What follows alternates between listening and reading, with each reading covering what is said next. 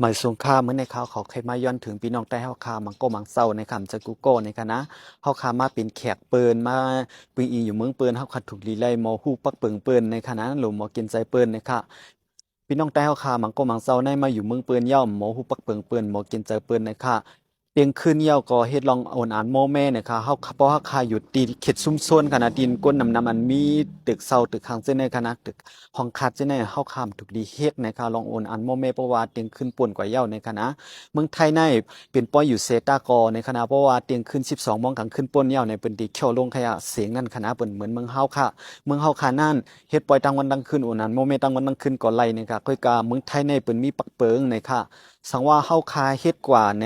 มันจะตุ้มเตื้อเฮาคาก็เหลียวในค่ะกวนตรงวงหิมห้อมพี่น้องใต้เฮาคาจึงนั้นก็ติตุ้มเตื้อป้าเปิ้นนี่จังป้าในค่ะนะ เปิ้นได้เฮ็ดได้ลองจึงไหนเนี่ยได้เฮ็ดให้เปิ้นจังพี่น้องใต้เฮาค่ะเนี่ยได้เฮ็ดให้เปิ้นทางเรียกพี่น้องใต้เฮาเนี่ยค่ะนะ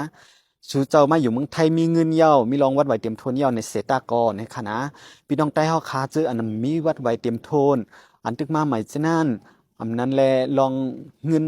ไปเต็มทนลองวัดใบจังเฮ็ดให้เต็มทนจังนั้นในลองใครลองอยากจังในก็ตึกมีนั่นในเนี่ยได้เฮ็ดให้ตุ้มเตื้อเขาเจ้าในค่ะนะ chú cháu bựใจกว้างๆมึนตากว้างๆแฉนะคะนะด้วยกำผานะคะนะด้วยกำผากว้างๆสิอีกนึงนะคะแล้วก็มีใจเมตตาต่อถึงพี่น้องใต้ฮักคาเจิ้นตกกินอยู่อันตึกมีรองหยับผืดอยู่เส้นนั่นเนี่ยอย่านำนะคะพี่น้องใต้ฮักคาอันกำนำคณะลูกเมืองเฮามาเมืองไทยในมาเฮ็ดหากินให้ในคณะตอนตาติมือเลี้ยงหลูกพ่อแม่พี่น้องซื้อคือเจ้าเก่าลูกนั่งมีเจ้าเก่าเจ้านั่นในค่ะกูมันเลยตุ้มเตื้อเขาเจ้าในคณะอยู่ที่เขาเสย้อนถึง สู้เจ้าใหญ่นะน้ำมือ10 นิ้วย้อนถึงค่ะนะย้อนถึงใหญ่เนน้ำเนี่ยครับอย่าไปเฮ็ดให้เปิ้นสั่งเฮาอย่าไปเฮ็ดให้เปิ้นทางเรียกเฮาอย่าไปเฮ็ดให้ลองเลือดไม่มาถึงปีเหนือก้นคือไตเฮาในค่ะนะเพราะว่าเฮาเฮ็ดกว่าเย้าในค่ะนะปลาเน่าหนึ่งตัวนั่นมันติเฮ็ดให้เน่าตั้งซ่าในค่ะนะเฮาคาลูกหลีฮู้ปักเปิงเปิ้นบ่กินใจเปิ้นในค่ะนะอันนี้อยู่ที่เขาย้อนอย่างนำค่ะ อย่าไปเฮ็ดล่าๆค่ะอันที่เฮ็ดให้ลองเปิดไม้ตุ้มตื้อพี่น้องใต้เฮาค่ะนั่นนะนะพี่น้องใต้เฮาค่ะมื้อเหลียวในมันตกกินน่ะค่ะนะมื้อเหลียวในเมืองใต้เฮาค่ะมันมีร่องเลือดใหม่ค่ะนะเฮาเข้า